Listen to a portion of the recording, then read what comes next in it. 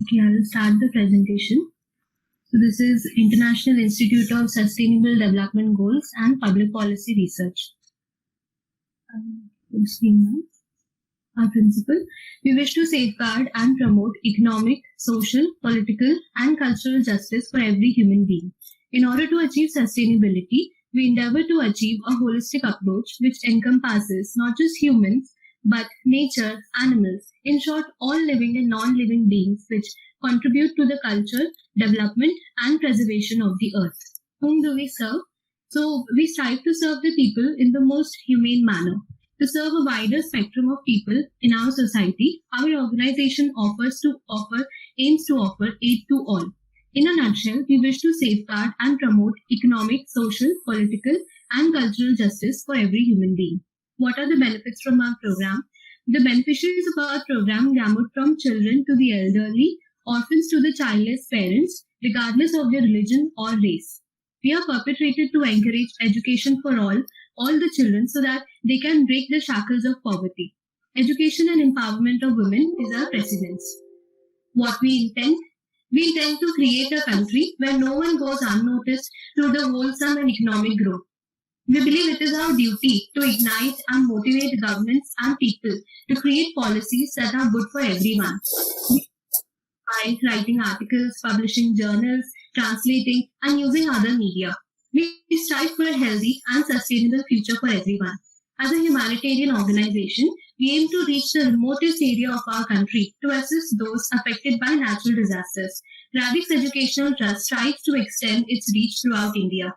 We take in donations to support the good work done by our non-profit organization for beneficence of our people. These funds are exclusively used for a betterment of humanity. Let's introduce our speaker. So we have Lieutenant Commander Bidisha Pandey. She has been an operations and supply chain specialist as a logistics officer in the Indian Navy for a decade. She completed her initial training at the Indian Naval Academy, Ezhimala, followed by logistics special training at INS Hamla, Mumbai. She has led the naval marching contingent twice on Rajpath, in 2014 and in 2015 as part of the Republic Day Parade. In 2016, she led the International City Parade during the International Fleet Review. Lieutenant Commander Bidisha represented the Indian Navy at the Transatlantic Cape to Rio International Ocean Sailing Expedition in 2017, where she was part of the 6-member crew on board the INS Mhadei and sailed from Cape Town to Goa, covering 5,000 nautical miles in 33 days. She has been awarded the Flag Officer Commanding-in-Chief Commendation by the Indian Navy, Celebrating Women in Maritime Award by International Maritime Organization and Kashti Bhushan in the presence of Union Minister of Shipping. She has been the guest of honor for the National Maritime Day celebrations. Now, she recently completed her decade-long tenure in the Navy in July 2021. She is currently based in London and she is pursuing MSc Prosperity, Innovation and Entrepreneurship at the Institute for Global Prosperity of the University College London. The university is ranked among the top 10 universities in the world. She has been awarded the prestigious Commonwealth Scholarship by the UK Foreign, Commonwealth and Development Office for the same. On the completion of the course, she intends to pursue a career in development social impact sector with particular focus on sustainable supply chain management. Well, over to you, ma'am. Thank you so much for such a detailed introduction, Fauzia. Okay, so I think a lot has been said about me, so we'll directly dive into the Commonwealth part of it, which is the subject today. When Wajahat approached me on Friday, I just had 2 days time, so I just noted down the points. I'm sorry I don't have any formal presentation to give to you guys, but I'll just share whatever tips I had. And I went through the Commonwealth website again, just thought about how I had framed my essays, and I'm just going to share that with all of you. So to begin with, I would like to start by saying you guys are doing a fantastic job at the International Institute of Sustainable Development Goals and Public Policy Research. I think a lot has to be done in this field in India, because we see a lot of courses on public policy abroad, when we look at all the foreign universities, especially in UK. Every university has got an MPhil or an MSc, which is around policy.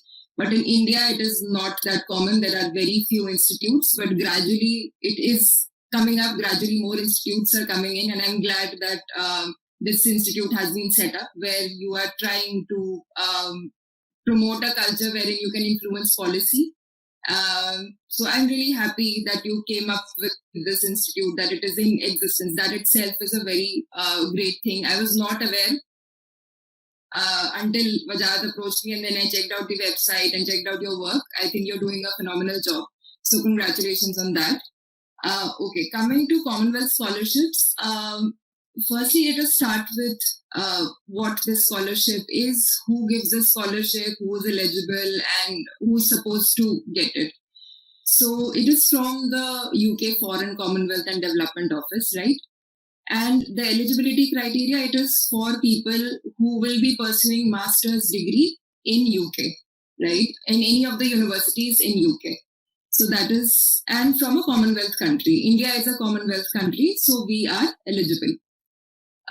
Secondly, I want to clarify, I'm a Commonwealth Shared Scholar. If you go to the website of Commonwealth Scholarships, the official website, you would see that there are a number of Commonwealth scholarships. There are various types of Commonwealth scholarships. There is Commonwealth Masters, Commonwealth Shared Scholars, then Commonwealth Split Site, Commonwealth PhD. So there are a lot of varieties and a lot of offerings there.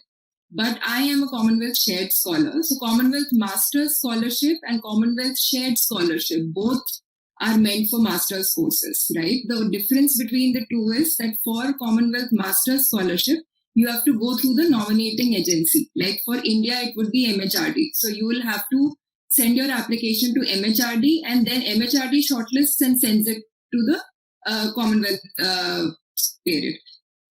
So this process is for Commonwealth Masters Scholarship. For my scholarship, the one that I got was Commonwealth Shared Scholarship, where essentially the middle person is the university itself. So I was nominated by my university. That is Commonwealth Shared Scholarship. So today I will be talking about Commonwealth Shared Scholarship, the one that I got, because I have more clarity on it. Commonwealth Masters and Commonwealth Shared both have the same application. The process is a bit different for both. So whatever tips I share for the application part is same for both Commonwealth Masters as well as Commonwealth Shared Scholarship, right? Only the process is a little different. For Masters, you'll have to also apply to MHRD because it goes through MHRD. Though the essays would be almost the same, whatever is asked of you in the main application of Commonwealth. It is almost, if you've done that application, it should not be a problem for you to work on the application for MHRD, because it's the same thing, the development impact or whatever we are going to discuss now. Secondly, who is it for? Basically, individuals who will pursue masters, not just any masters, like not MBA or not just any random masters. Your masters should be related to one of the 6 themes of Commonwealth. So if you go to the Commonwealth website, you would find there are 6 themes like promoting global prosperity, access and inclusion, health, science and technology. So these are 6 themes which are present there. And your course should be related to one of those 6 themes. Particularly when we talk about Commonwealth Shared Scholarship, the one that I got, if you go to the website again and just type in Commonwealth Shared Scholarships, you would, and then you go to the How to Apply tab, you will see a list of eligible courses. So for Commonwealth Shared Scholarship, you are not the person who's deciding whether your course is eligible or not, because Commonwealth itself, they promulgate a list of courses which are eligible, right?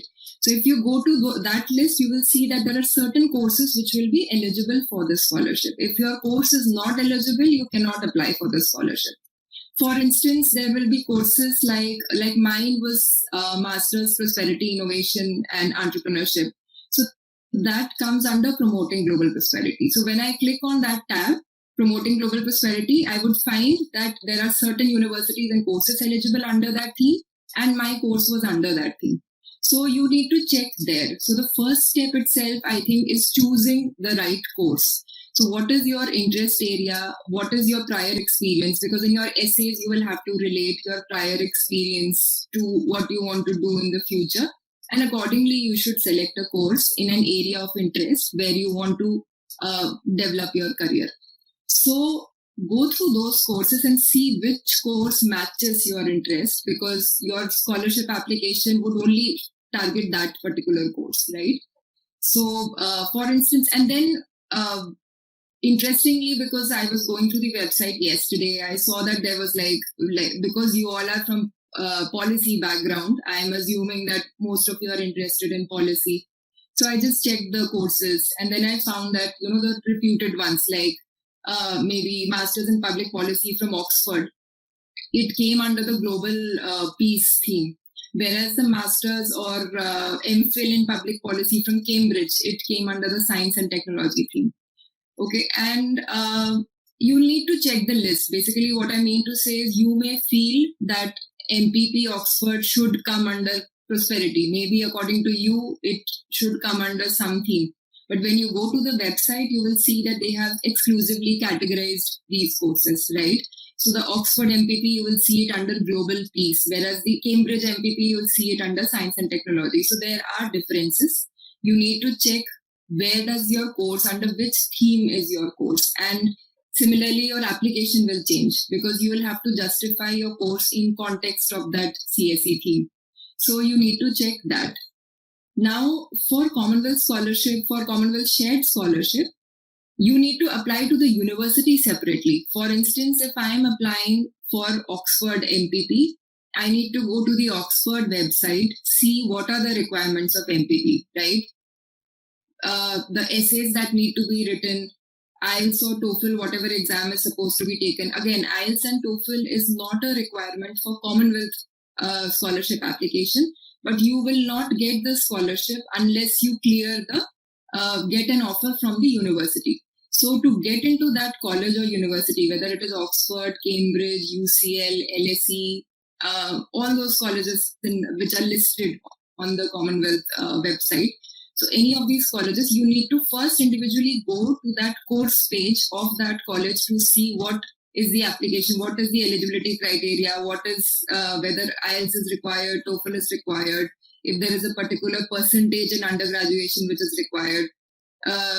Graduation, basically in India, we call it graduation, and here the graduate means postgraduate. So there is a little difference in terminology. But I'm talking about bachelor's, basically what marks you have scored in bachelor's. So that also differs from university to university.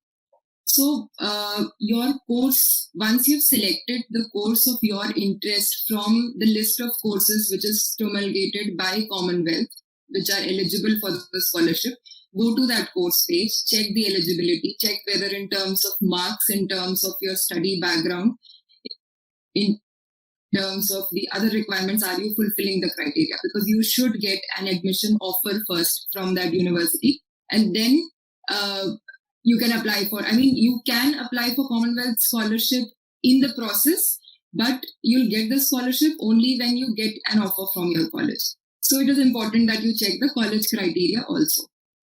That's it. Okay, so we have covered that part.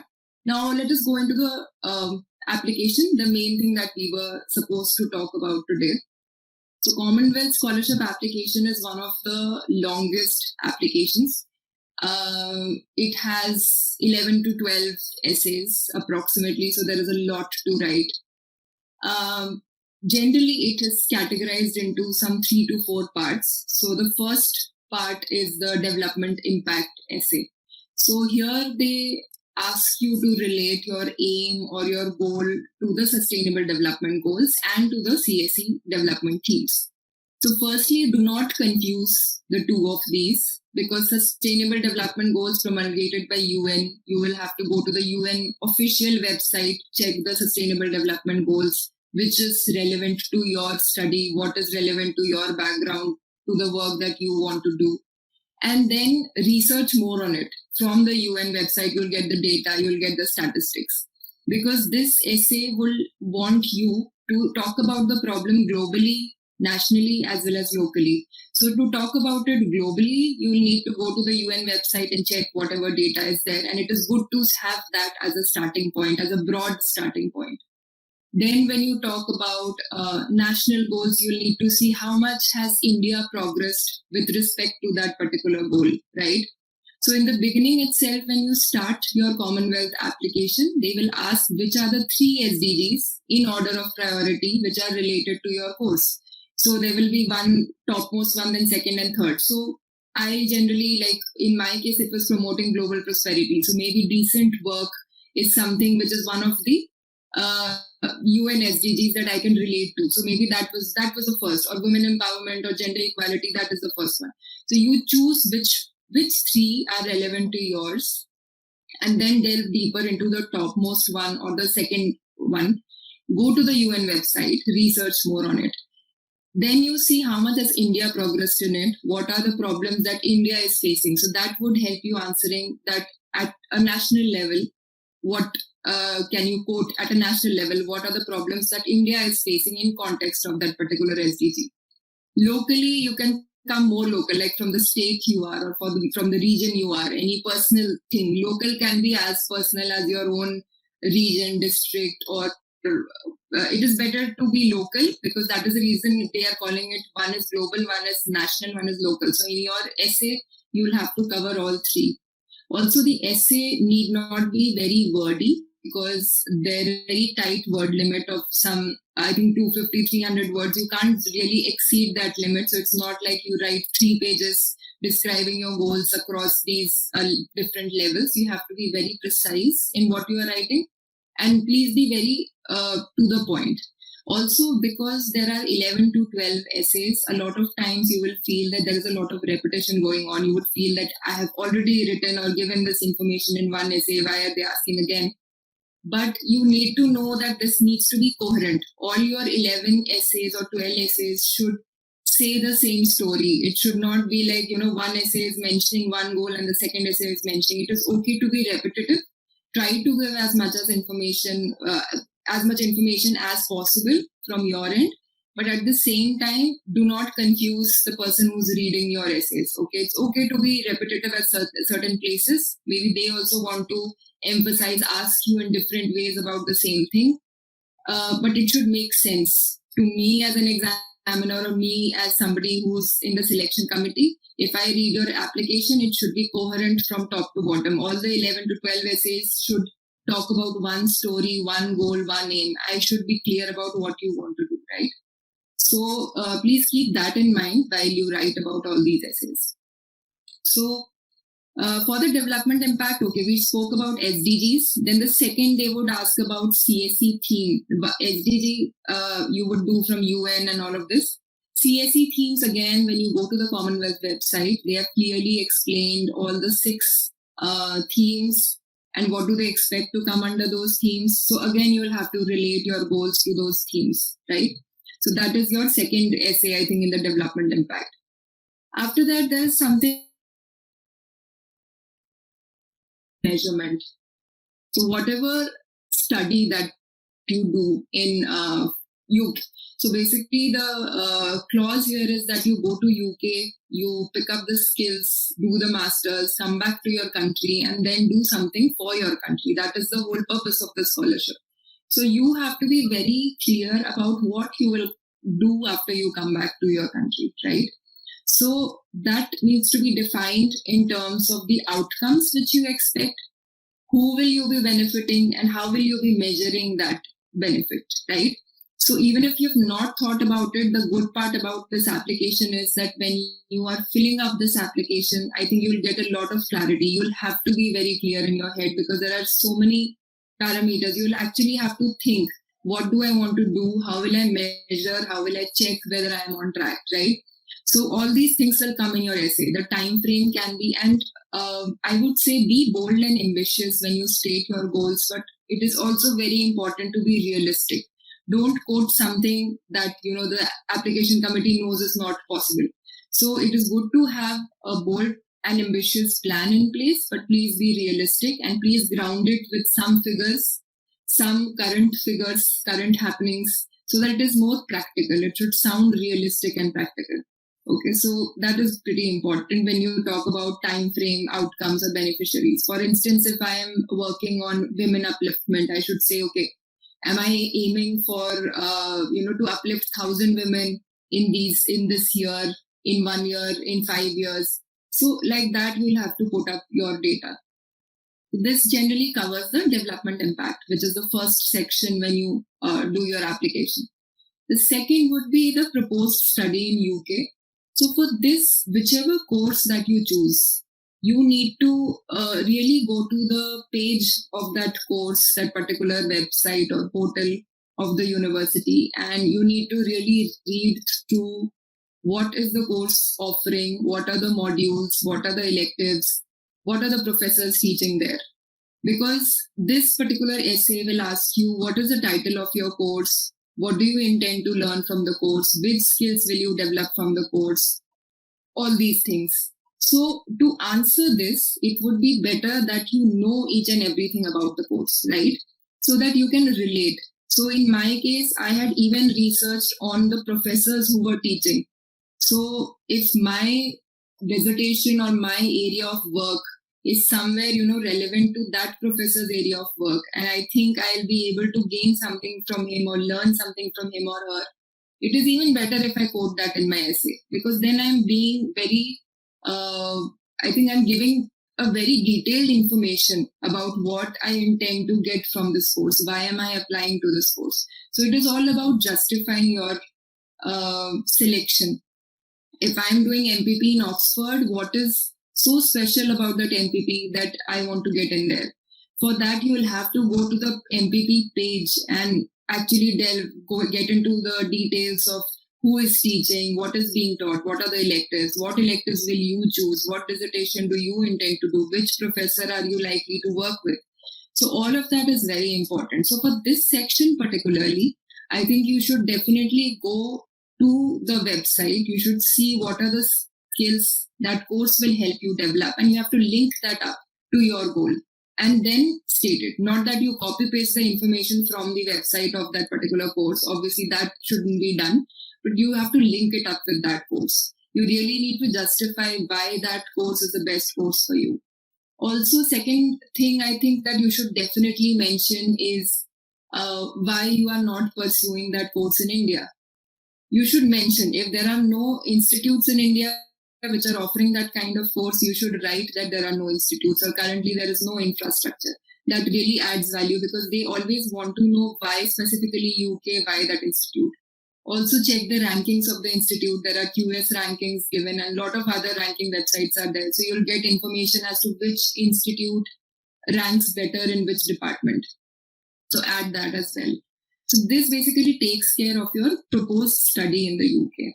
Then there is a next section which is basically talking about career plans. Now, career plans, again, in the development impact also, you would say that you have stated the long-term, short-term.